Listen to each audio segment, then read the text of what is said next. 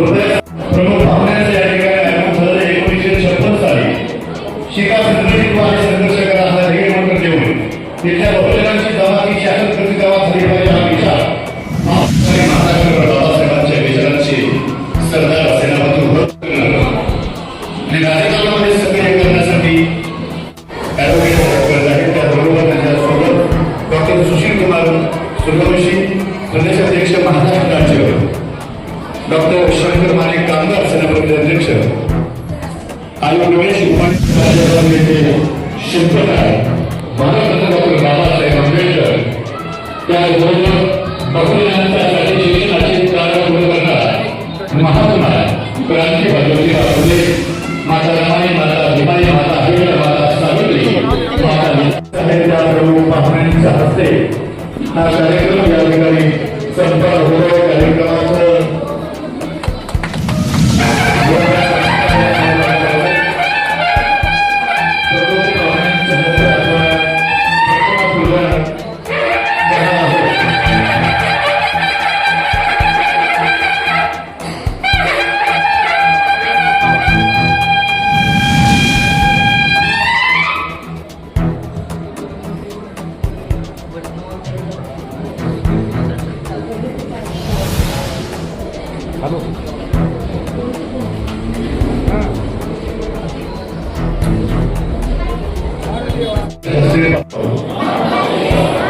समाजवादी धर्मनिरपेक्ष लोकशाही गणराज्य घडवण्याचा व त्याच्या सर्व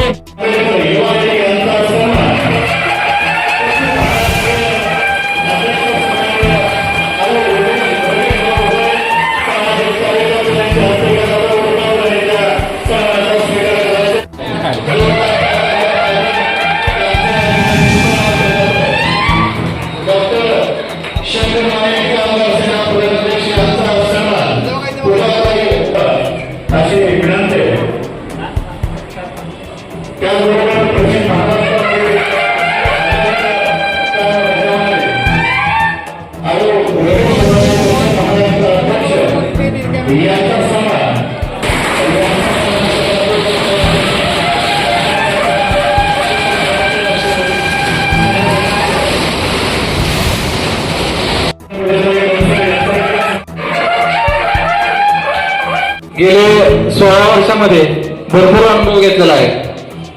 साहेब, मी न बोलणारा कार्यकर्ता आहे. माझी कृती बोलून कळत नाही तर कामातून कळते. मला बोलायला कमी जमतं पण काम करायला भरपूर जमतं. हा समाज मी माझ्या प्रेमापोटी गोळा केलेला आहे.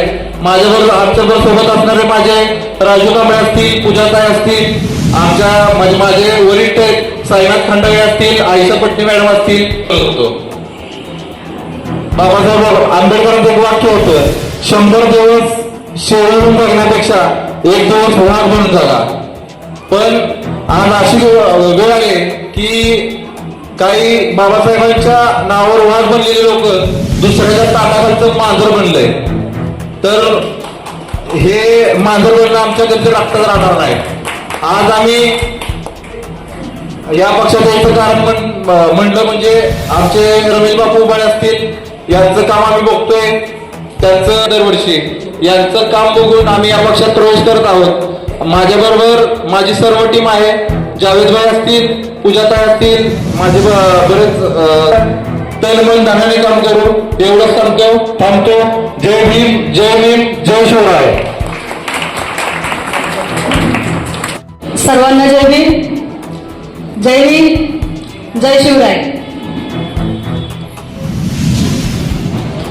जास्त शेवटी मी अक्षय भाऊचीच बहीण आहे, त्याच्यामुळे मला पण जास्त बोलायला जमत नाही. आमचं तोंड कमी बोलतं आणि आमचे हातपाय जास्त बोलतात सर सातारमध्ये. विषय असा की आताच नुकता एक नवीन मुद्दा आलाय, आरक्षण उपवर्गीकरणाचा. पाठिंबा दिलाय. उपवर्गीकरण झालं पाहिजे, सब क्लासिफिकेशन झालं पाहिजे. पण एकटे सरसेनानी आनंदराजे आंबेडकर साहेब यांनी विरोध दर्शवला आणि ज्या दिवसापासून उपवर्गीकरणाची बातमी आली होती त्या दिवसापासून त्यांनी विविध ठिकाणी दर्शवला आणि आता लॉंग मार्च देखील सुरू आहे साहेबांचा. त्याच्यामुळे त्यांना साहेबांना कार्यक्रमाला यायला जमलं नाहीये. तरी देखील वेळात वेळ काढून त्यांनी आम्हाला आजची तारीख दिली.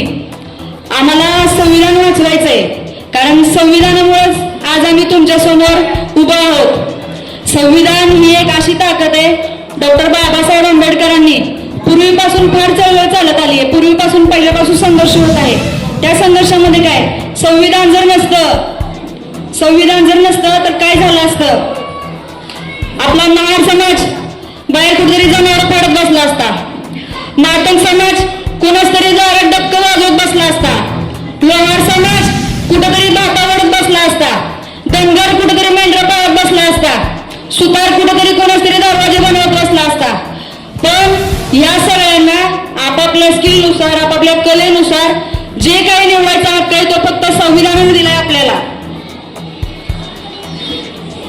संविधानाने हे सगळे हक्क दिल्यामुळे बाबासाहेब आंबेडकरांचा या ठिकाणी मंचावरती उपस्थित आमचं युवा नेतृत्व आदरणीय ॲडव्होकेट अमनजी आंबेडकर साहेब, संपूर्ण महाराष्ट्राची धुरा आणि 24 तास समाजासाठी झटणारे, गेले कित्येक महिने आपल्या घरी न गेलेले आमचे महाराष्ट्राचे प्रदेश अध्यक्ष डॉक्टर सुशील कुमार सूर्यवंशी साहेब, आमच्या महाराष्ट्राचे कामगार संघटनेचे, कामगार सेनेचे आदरणीय डॉक्टर माने साहेब, मंचावरती या ठिकाणी आज राष्ट्रीय अध्यक्ष सरसेनानी आनंदराज आंबेडकर साहेब यांच्या नेतृत्वावरती विश्वास ठेवून आज त्यांच्या नेतृत्वाखाली काम करण्यासाठी आलेले माझे लहान भाऊ अक्षय दादा कांबळे, माझी लहान भगिनी पूजाताई कांबळे, या दोघांनी आणि तसेच त्यांच्यासोबतचे सगळे त्यांची टीम सातारमध्ये आमचे समीर भाई असतील, वैठीताई असतील, सर्व असतील. आता सगळ्यांची नावं घेत नाहीये, पण या सगळ्यांनी एकजुटीनं एक निश्चय केला की खरोखर बाबासाहेबांचे नातू हेच आपल्याला न्याय मिळवून देऊ शकतात. समाजावरती महाराष्ट्राच्या कुठल्याही कानाकोपऱ्यात अन्याय झाला तर त्याच्यासाठी बिनधास्त आणि बेधडक डायरेक्ट विरोध करणारे नेते म्हणजे आदरणीय आनंदराज आंबेडकर साहेब. या ठिकाणी मी साहेबांविषयी आवर्जून सांगतो, महाराष्ट्रातले अनेक नेते मी बघितले, मी वेगवेगळ्या पक्षामध्ये काम केलेलं कार्यकर्ता आहे. मला पदापेक्षा कामामध्ये जास्त रस असतो, पण या सगळ्या नेत्यांमध्ये मला आवडलेलं एकच नेतृत्व आहे, आदरणीय सरसेनानी आनंदराज आंबेडकर साहेब. त्याचं मागचं कारण आहे, आता विधान सभेच्या इलेक्शन झाल्या, नगरपालिकेच्या इलेक्शन झाल्या, विधानसभेच्या इलेक्शन वेळेस खरं तर साहेबांनी युती करायला पाहिजे होती आणि आपल्या पदात एखादं तरी पद घ्यायला पाहिजे होतं. पण साहेबांनी काय, आंबेडकर साहेबांचं हे रक्त आहे, याला पदाची, पैशाची, कशाची ही गरज नाही. साहेबांनी फक्त विचार केला कार्यकर्त्यांचा. जिल्हा परिषद, नगरपालिका, पंचायत समितीचे इलेक्शन झाले आणि त्यावेळेस साहेबांनी शिवसेना पक्षाची, शिंदेगड पक्षाची युती केली की आम्ही आता रस्त्यावरती उतरून फक्त आंदोलनच करायची का, आमचे कार्यकर्ते सुद्धा पदावरती गेले पाहिजे, सत्तेवरती गेले पाहिजे, किती दिवस उपाशी तापायची आणि किती केसेस अंगावरती घ्यायच्या, किती घरं उद्ध्वस्त करायची, म्हणून तो एक निर्णय घेतला. म्हणजे या ठिकाणी आवर्जून सांगतो, सगळ्यांना वाटलं साहेबांनी आता युती केली म्हणजे साहेब कशाला तरी भिंते झाले असतील. हे बाबासाहेबांचं रक्त आहे, ते कुणापुढं आणि कुठल्या पैशापुढं, पदापुढं भिंत होणार नाही.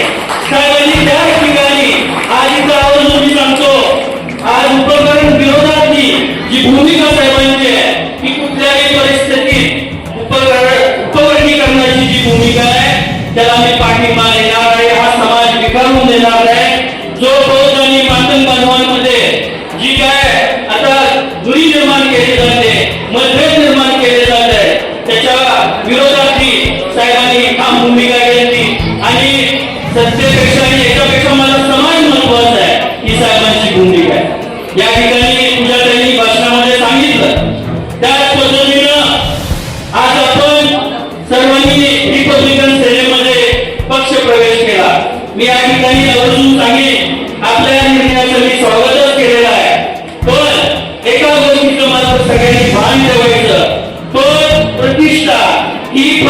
आपल्या समाजासाठी आहे. आपल्याला आंदोलन करायचे, समाजावरती अन्याय झाला तर समाजाला न्याय देण्यासाठी. इतर लोक काय करतात आणि कशा पद्धतीनं समाजाला न्याय देतात यावरती मी भाष्य करणार नाही, तर आपण ते भान देऊ.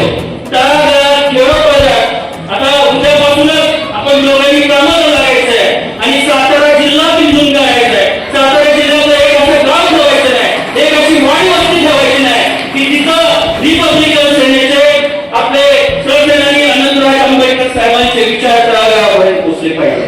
नक्की रिपब्लिकन सेना काम काय करते, कोणत्या कोणत्या माध्यमात काम करते, या ठिकाणी आपण दरवर्षी विद्यार्थी दत्तक घेत असतो. या ठिकाणी आपण दरवर्षी एमपीसी, यूपीसी, आर्मी, पोलीस भरतीची पुस्तके 4-5 लाखाची मोफत विद्यार्थ्यांच्या घरी जाऊन देतो की त्याचा आई वडील शेतात मोलमजुरीला जातात, त्याच्याकडे बाहेर खर्चाला पैसे आहेत का नाही, त्याचे पैसे जाऊ नये म्हणून तर आपण त्याच्या घरापर्यंत जातो. या ठिकाणी आरोग्यासाठी आपण काम करतोय. मी या ठिकाणी बोलायलाच सांगतो, समाजातली कोणतीही अडचण असो, कितीही मोठी असो आणि कितीही छोटी असो, त्याला प्रामाणिकपणे न्याय देण्याची भूमिका ही रिपब्लिकन सेनेची या पश्चिम महाराष्ट्रामध्ये. मला आपल्या दोघांकडून पुढच्या येणाऱ्या नगरपालिकेच्या इलेक्शन असतील, जिल्हा परिषदेच्या इलेक्शन असतील, पंचायत समितीच्या इलेक्शन असतील, या ठिकाणी आपण शब्द द्यायचा आहे की प्रत्येक ठिकाणी नगरपालिका, जिल्हा परिषद, पंचायत समितीमध्ये रिपब्लिकन सेनेचा सदस्य उमेदवार हा निवडून येणार आणि त्याच्या पाठीशी ठामपणे मी राहणार आहे. आज या ठिकाणी आपले प्रदेश अध्यक्ष आज आपले युवा नेते अमोल साहेबांनी या ठिकाणी पाठवलं. सांगण्यासारखं बोलण्यासारखं खूप काय आहे. खरं तर मी अमोल साहेबांना ऐकण्यासाठी जास्त उत्सुक आहे. उपवर्गीकरणाचा विषय पूर्णपणे अमोल साहेबांनी आपले महाराष्ट्राचे प्रदेश अध्यक्ष सांगतील. या ठिकाणी मी एवढंच सांगतो की रिपब्लिकन सेनेच्या माध्यमातून समाजातील तळागाळातील व्यक्तीपर्यंत पोहोचून आम्ही साहेब या ठिकाणी पश्चिम महाराष्ट्रात पूर्ण काम करू आणि या इथून पुढची जी आपल्या पक्षाची जी वाटचाल असेल ती नक्कीच पूर्वीपेक्षा जास्त संख्येनं कार्यकर्ते आणि पदाधिकारी आपल्या या पक्षामध्ये सहभागी होतील, पक्ष वाढवतील. बाबासाहेबांचं स्वप्न जे आज आदरणीय सरसेनानी अनंतराव आंबेडकर साहेब पुढे घेऊन चालणार, त्यांच्या खांद्यावर खांदा लावून पावलावरती पाऊल ठेवून आम्ही सर्वसामान्य कार्यकर्ते त्यांच्या पाठीशी उभे राहू. या ठिकाणी बोलण्यासारखं खूप काय आहे. आधीच कार्यक्रमाला फार उशीर झालेला आहे, आता फार काय वेळ गेला नाही. आपण या ठिकाणी मला मंचावरती सन्मानित केलं, मला बोलण्याची संधी दिली, त्याबद्दल मी आपल्या सगळ्यांचं मनापासून आभार मानतो. जय भीम, जय संविधान. धन्यवाद. तुम्ही इतक्या दिवस 15-15, 10-10 वर्ष घातली. मला वाटतं की 10 वर्ष 15 वर्ष तुमची फुकट गेली. म्हणजे माळरानावरती पेरलेलं पीक जसं उगत नाही तशी तुमची मेहनत झाली. माळरानावरती जर आपण पीक टाकलं तर ते येत नाही. किती मेहनत करा, किती मशागत करा. म्हणून तुम्ही आज सुपीक बागायती जमिनीकडे आला. ही बागायत जमीन कशासाठी, पीक कशासाठी घ्यायचं आपल्याला, तर लोकांचं कल्याण करण्यासाठी, लोकांचे प्रश्न सोडवण्यासाठी, ज्या लोकांना आपल्याला न्याय द्यायचा आहे त्या लोकांसाठी तुम्हाला मला काम करायचं आहे. आणि सांगायला आत्तासोबत मी आज वावरतोय, महाराष्ट्रभर आम्ही पिंजून काढतोय, आंबेडकर घराण्यासोबत वागतो. हे तुमचं माझं भाग्य आहे. आज आपल्यामध्ये डॉक्टर बाबासाहेब आंबेडकरांचे पंतू म्हणजे डॉक्टर बाबासाहेब आंबेडकरांचं रक्त आपल्या या सातारा नगरीमध्ये आपल्या समोर बसलेलं आहे. आपण हे समजून घ्या. मी शिंदे साहेबांना बोलतो, भेटतो आणि खासदारकी तुम्हाला दिली गेली पाहिजे असं आम्हाला वाटतं. कार्यकर्त्यांची ते अपेक्षा आहे, कार्यकर्त्यांना वाटतं आपल्या नेत्याला मिळावं. तेव्हा साहेबांनी मला सांगितलं, अरे खासदारकी 5 वर्षासाठी, मिनिस्ट्री 5 वर्षासाठी, मंत्रीपद 5 वर्षासाठी आहे. आंबेडकर हे कायमस्वरूपी आहे. आजही आम्ही आंबेडकर म्हणून तिथं जातो, तिथं मान सन्मान आम्हाला मिळतो. मंत्रीपद गेल्यानंतर काळ कुत्र त्याला विचारत नाही. त्यामुळे मला अशी खासदारकी नको.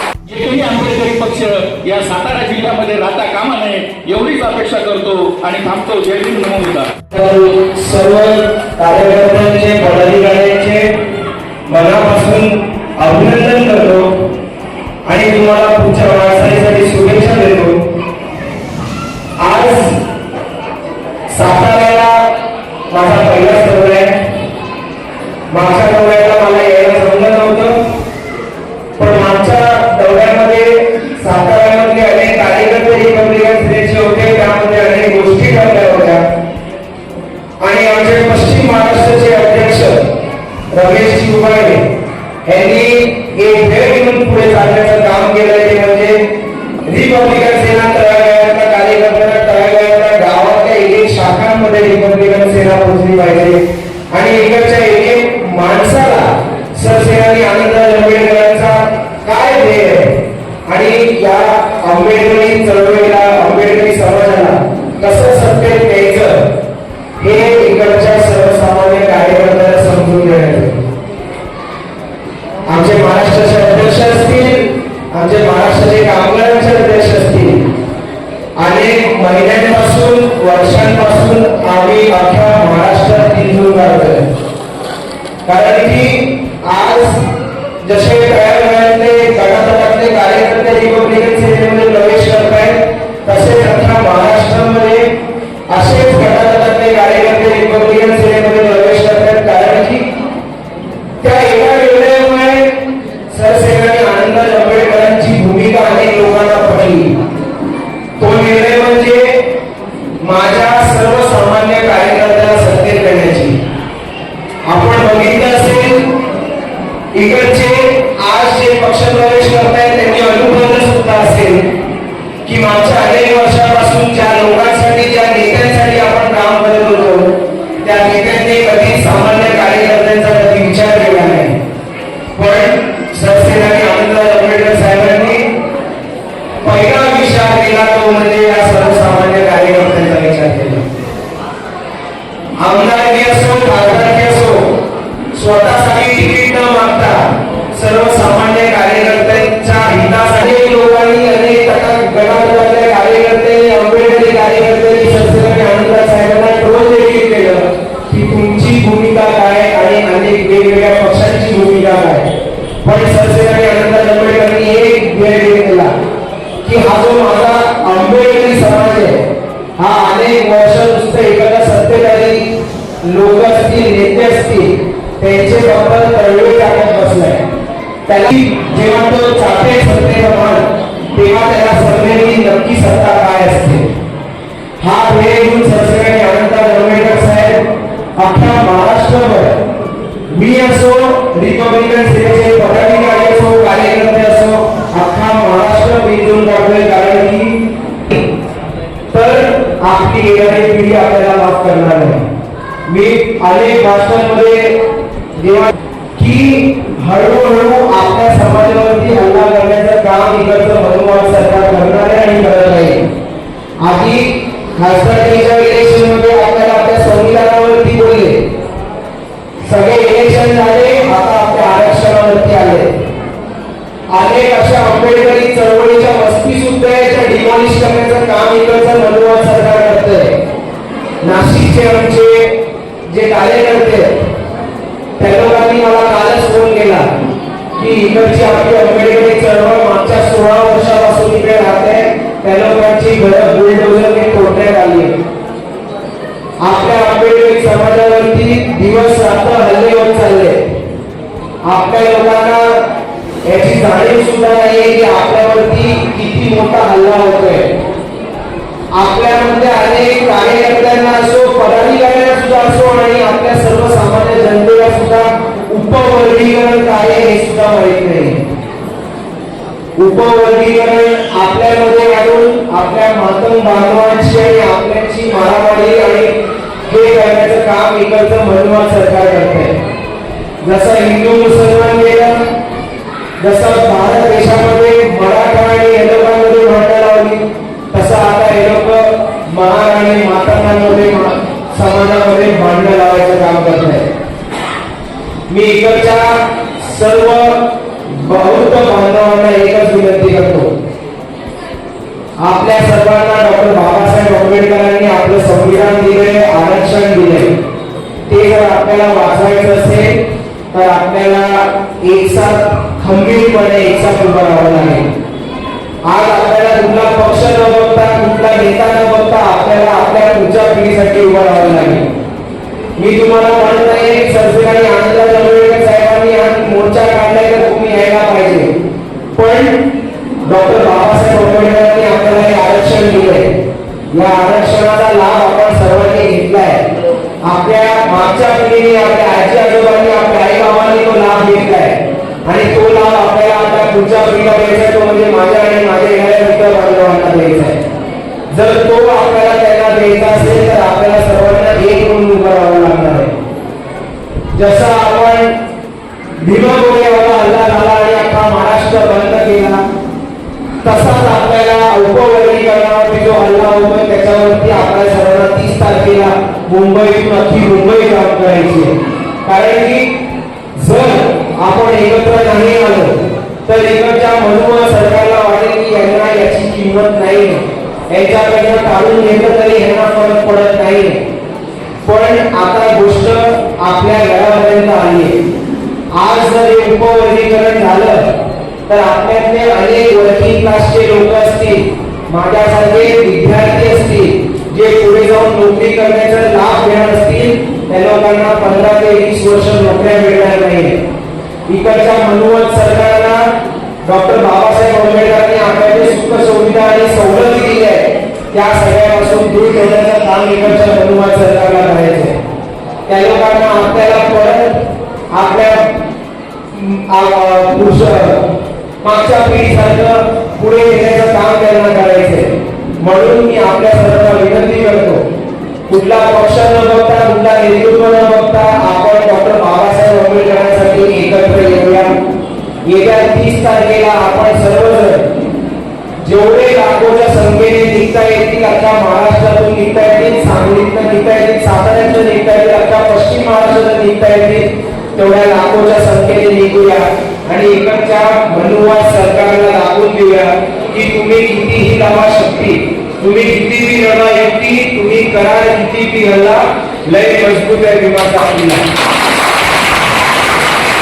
कारण की आता हा शेवटचा पर्याय या मनोवाद सरकारकडे, तो म्हणजे आंबेडकरीवाद. इकडचं मनोवाद सरकार जे घाबरत असेल ते फक्त आणि फक्त या आंबेडकरीवाद्यांची घाबरतं. कारण की जर उद्या इकडच्या कुठल्याही वस्तीमध्ये हल्ला झाला, जर इकडच्या कुठल्याही आंबेडकरी कार्यकर्त्यावरती हल्ला झाला, जर इकडच्या कुठल्याही बाबासाहेबांच्या एका पुतळ्याला हात सुद्धा लागला, तर अख्खा आंबेडकरी समाज फक्त इकडच्या शहरातला आणि अख्ख्या महाराष्ट्राचा पेढ मोजतो आणि मनोवाद सरकार फक्त आणि फक्त आंबेडकरी समाजाला घाबरतंय. त्या लोकांनी सगळे लोकांना इथे समजून लागलं. आताच आपण महाराष्ट्रामध्ये बघितलं असेल, सगळे गटातटाचे जे पक्ष असतील महाराष्ट्रामध्ये संपवण्याचं काम इकडचं बीजेपी सरकार करत आहे.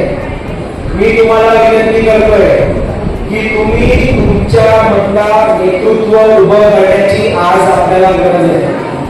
तुम्ही अनेक पक्षाच्या लोकांना इथे मोठं केलं, तुम्ही अनेक इकडच्या नेत्यांना मंडळींना मोठं केलं, पण त्या लोकांनी जेव्हा आपल्या हक्क आणि अधिकारांवरती वेळ आली तेव्हा आपल्याला साथ दिली नाही, आपल्यासाठी कधी उभे राहिले नाही. आज ती परिस्थिती आपण बघू शकतोय. इकडच्या जातीच्या लोकांना आणि वेगवेगळ्या धर्माच्या लोकांना समजत नाही की डॉक्टर बाबासाहेब आंबेडकरांनी काम काय केलं. जाता जाता एवढंच म्हणेन की तुम्ही सर्वांनी येत्या 30 तारखेला लाखोच्या संख्येने अख्ख्या पश्चिम महाराष्ट्रातून असो की तुमचे नातेवाईक दुसऱ्या विभागांमध्ये असो, उत्तर महाराष्ट्रात असो, विदर्भामध्ये असो, त्यांना सुद्धा फोन करून सांगा की तुम्ही सर्वांनी एक दिवस मुंबईमध्ये येऊन डॉक्टर बाबासाहेब आंबेडकरांसाठी तो 6 तास असतील ते डॉक्टर बाबासाहेब आंबेडकरांसाठी घ्या. डॉक्टर बाबासाहेब आंबेडकरांनी आपल्यासाठी 60 वर्ष घालवली. 60 वर्ष त्यांनी घालून आपल्याला त्या घाणीतनं बाहेर काढले आणि परत त्या घाणीमध्ये आपल्याला इकडचं मनोवाद सरकार टाकण्याचा प्रयत्न करतोय. तर मी आपल्याला विनंती करतोय की तुम्ही सर्वांनी लाखोच्या संख्येने या आणि या सरकारला दाखवून द्या की तुम्ही कितीही मेहनत करा, तुम्ही काही करा, हा समाज डॉक्टर बाबासाहेब आंबेडकरांना डोक्यावर घेतो, डोक्यात घेतो आणि डॉक्टर बाबासाहेब आंबेडकरांना आयुष्यभर डोक्यावर घेऊन फिरत राहील. तुम्ही काहीही करा. आणि जाता जाता एवढं सांगतो की इकडच्या कमिटी पदाधिकाऱ्यांना माझ्या खूप खूप शुभेच्छा असतील. तुम्ही अख्ख्या इकडच्या गावागावांमध्ये जा, जिल्ह्यामध्ये जा, अख्ख्या पश्चिम महाराष्ट्रात जा. फक्त सातारामध्ये सातारा नाही तर तुम्हाला अख्खा पश्चिम महाराष्ट्र पण फिरावं लागेल. कारण की डॉक्टर बाबासाहेब आंबेडकरांचं जे काम आहे ते आपल्याला अख्ख्या महाराष्ट्रात पसरवायचं आहे. तुमचे नातेवाईक असतील, तुमचे घरवाले असतील, त्यांना सुद्धा सांगायचं आहे उद्यापासून, आजपासून ही जबाबदारी घ्या आणि उद्या सकाळपासून कामाला लागा. आपला 30 तारखेला मोर्चा आहे. जास्तीत जास्त लोक साताऱ्यातून येतील याचा विचार करा आणि डॉक्टर बाबासाहेब आंबेडकरांनी जे आरक्षण आपल्याकडे ते वाचवण्याचा आपल्या सर्वांना प्रयत्न करायचा आहे. एवढंच आपल्या सर्वांना सांगतो. जय भीम, जय बुद्ध, जय भारत.